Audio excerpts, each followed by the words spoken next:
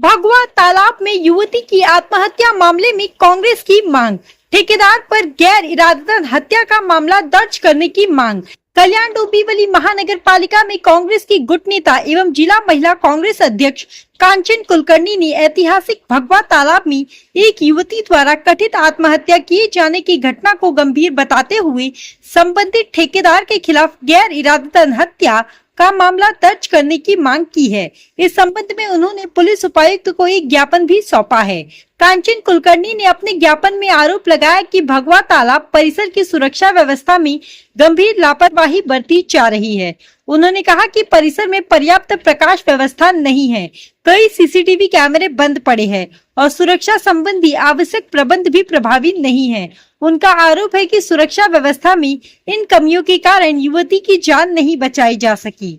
उन्होंने मांग की है कि प्रथम दृश्य उपलब्ध तथ्यों और कथित लापरवाही को देखते हुए भगवा तालाब के ठेकेदार के खिलाफ गैर इरादतन हत्या का मामला दर्ज कर निष्पक्ष जांच की जाए तथा दोषियों पर कड़ी कानूनी कार्रवाई की जाए। मान्य महापौर यांच्या अध्यक्षतेखाली केडीएमसी या ठिकाणी पोलीस विभागाच्या आणि केडीएमसीचे अधिकारी यांच्यामध्ये एक समन्वय बैठक घेतलेली आहे। त्या बैठकीमध्ये जो विषय झाले त्याच्यामध्ये सीसीटीव्हीचा सुद्धा विषय आलेला आहे। त्यामध्ये समन्वय साधून कारवाई करण्याची ठरली। असे कॅमेरा विशेषतः पाहिले गेले तर अनेक कॅमेरा बंद असल्यामुळे पोलिसांना देखील याचा त्रास होतो। यासाठी काही कारवाईची सूचना त्याच्यामध्ये देण्यात आली दिले यामध्ये सूचना दिलेल्या आहेत।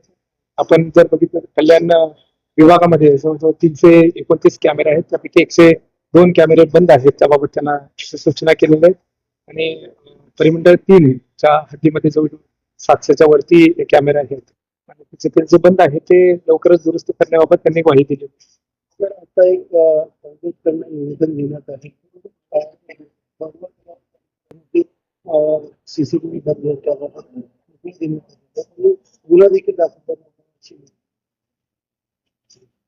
त्या संदर्भामध्ये बाजारपेठ पोलीस ठाणे या ठिकाणी एक अल्पवयीन मुलगी ही मिसिंग झाल्याबाबतचा जो अपहरणाचा गुन्हा होता तो दाखल आहे। ती मुलगी आहे ही त्या पाण्यामध्ये पडून मयत झाल्याबाबतचा जो तपास आहे तो तपास चालू आहे। त्यामध्ये प्राथमिक तपासामध्ये मुलीने आत्महत्या केल्याचे निष्पन्न होत आहे। त्या अनुषंगाने दिलेलं ते निवेदन आहे। त्याच्यामध्ये आपण जे काही आहे ती तपास पूर्ण झाल्यानंतरच त्याच्यामध्ये हे होईल, परंतु प्राथमिक तपासामध्ये ते त्या मुलीचं आत्महत्या केल्याचे निष्पन्न होत आहे।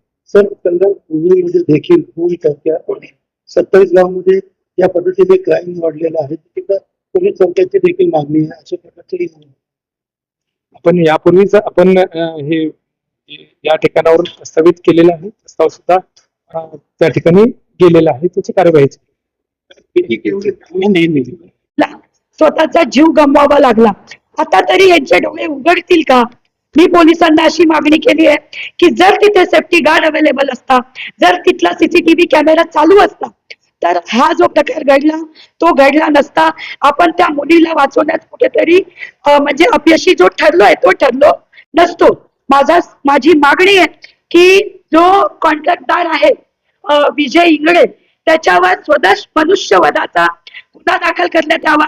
त्याच्या निष्काळजीपणामुळे या मुलीला स्वतःचा जीव गमवावा लागलाय आणि त्वरित त्याला जे महानगरपालिकेने कॉन्ट्रॅक्ट दिलाय तो त्वरित रद्द करण्यात यावा।